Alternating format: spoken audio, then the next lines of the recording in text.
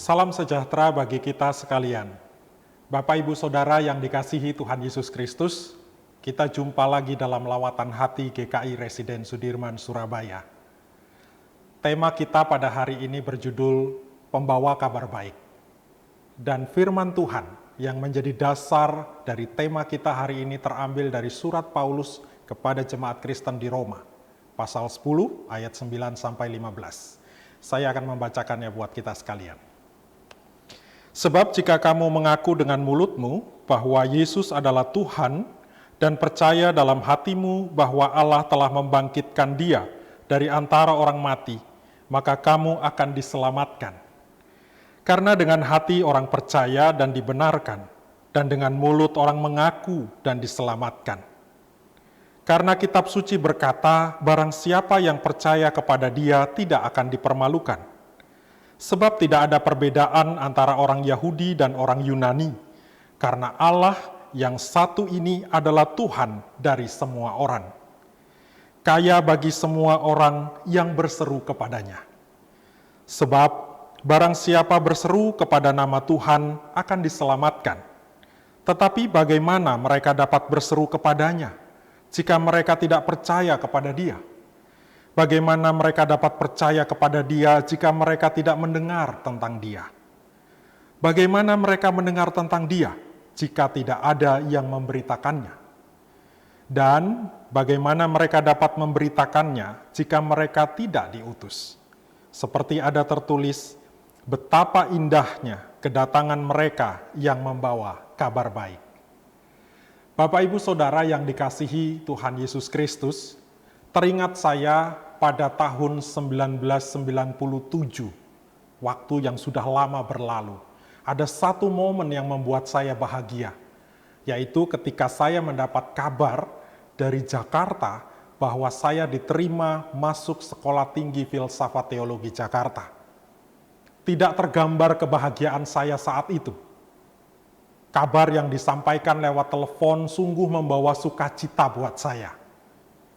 Bahagia, senang, gembira, bersemangat, itulah yang saya rasakan. Saking senangnya sampai lupa dalam satu hari itu saya belum makan. Bapak Ibu yang dikasihi Tuhan Yesus Kristus, suasana yang sama pernah juga saya rasakan ketika saya mendapat kabar tentang kehamilan istri saya, anak pertama. Itu juga membawa kebahagiaan. Pada waktu itu istri saya dari Kalimantan Timur menghubungi saya lewat telepon dan memberikan kabar baik bahwa dia hamil dan kemungkinan anaknya adalah perempuan. Bapak, Ibu, Saudaraku, kabar baik adalah kabar yang selalu dinantikan semua orang. Kabar baik akan selalu membawa kegembiraan, sukacita, damai sejahtera, ketenangan bagi semua orang yang mendengarnya. Tetapi menjadi satu hal yang agak sedikit memprihatinkan, khususnya ketika melihat kondisi dan situasi saat ini. Ada banyak berita-berita yang kurang baik yang seringkali kita dengar. Di saat kita menghadapi banyak tekanan, di saat kita menghadapi banyak persoalan, banyak kesulitan, seringkali berita yang kita terima adalah berita-berita yang tidak mengenakan. Dan itu membuat hati kita tentu tidak nyaman. Bapak, Ibu, Saudara, firman Tuhan mengingatkan kita semua sebagai pengikut Kristus, sebagai orang Kristen.